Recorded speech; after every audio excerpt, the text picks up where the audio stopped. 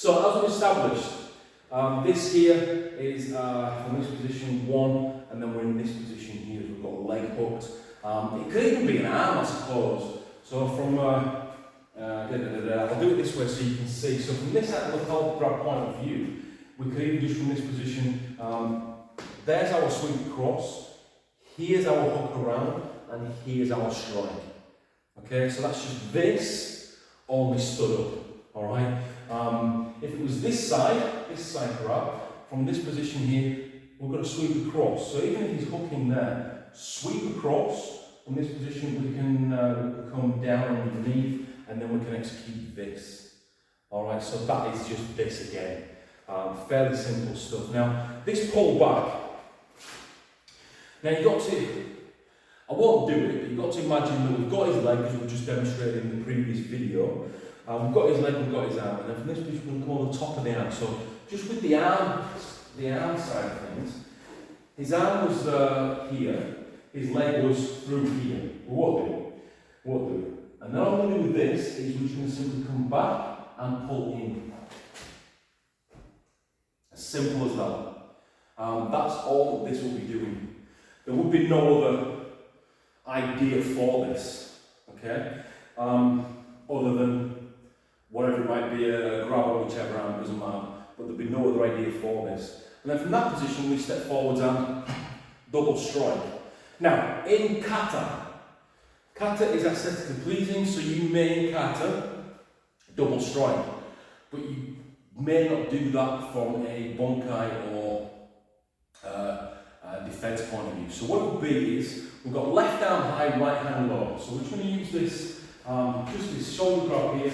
We're going to come in and we're going to pull down. Now, he's not going to talk about, so I want his arm there just for the camera purposes. But as we've just seen, he would be, nice tight grip, he would be down here somewhere. Okay? But for the purpose of the camera, just there, 1, 2. Now from here we would go strike, strike. So it wouldn't be together, it would be 1, 2. Alright? So this here, this first one makes him go, hoo! Then his second one just helps me out. Here. Alright? We'll do it this way so we can see the punches. So from there, nice and loose, we're going to go up and over, we will pull down. We shuffle in, so we've still got this here, but as you can see, we're going to shuffle in this direction. I'm still on the outside, but I'm using the body forwards to shuffle forwards. And then from there, strike. Okay? Again, pretty simple stuff. If it was say a double lapel grab, we would then from this position we can come in here. So all I'm doing is I'm bringing my left arm towards his left arm. I'm pulling him towards me while striking upwards. Now from there we can reach out, turn around, pull in. And then from that position we can go strike and then over the top and strike.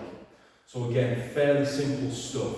If we do it this way, so again, double lapel grab. So I'm going to thread my left arm up into his. This can work both ways as well because it's on both sides.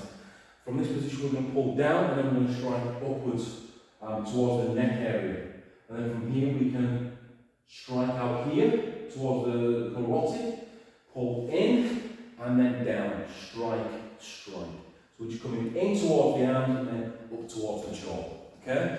So again, pretty simple stuff. Now once you've done that on both sides, we turn the block a step forwards and block. The blocks are fairly simple stuff. On the second side, we don't have this left arm parry or right arm dropping parry. What happens on the right hand side is we parry forwards first and then sweep upwards. So that would then tell me that from this position, let's just go left down so we can see first. So we're going to go 1, 2 there, not parry, and then from here we sweep upwards with this. Okay, and then as we step back, it would be back, 2, 3. Okay, 1, 2, sorry. So it's nice and slow again. So we parry this, step in, striking upwards here, and from that position we can even step back, shuffle forwards, Make sense? Fairly simple stuff. If it was a right arm, say, right arm hook, then it would be 1, 2. And then as we step back, look at where we are now. Same as the other side, and then from that position we're going to go forward. So using this underhand here, just slipping it forwards. And then there, whatever comes next. Okay? So that's these parts. Again, fairly simple stuff. Basically, because it's so basic, pulling back, because it's so basic, you can execute your key on in this, your key on bunkais for this as well. Your hijiate bunkai. This here is no different to this here. Okay, so it's just one's on the outside, one's on the inside. So if that, let's say for example, hook punch comes in, we can be here, protected. So that's just this, but here. Does that make sense? It's fairly straightforward stuff. Instead of being here, it's just here now. They're like a yakushito preparation. Up. Looks like a salute. Final part is the kakoto uke, which is the chicken wrist block. So what we're actually doing is we're striking with the exposed wrist. So, all right. If you've watched Karate Kid, you will see him paint a fence in a house. From here, kakoto uke, blocking with or striking with the top of the wrist. Downwards is teisho uke, so we're striking or blocking with this part. So basic example for kakoto uke. Punch upwards so that towards the head. 1, punch down towards the stomach. 2. There's this. You will also see this in kata tensho, which I haven't videoed yet, but so for the kakoto uke, punch comes in, we're going to parry and block.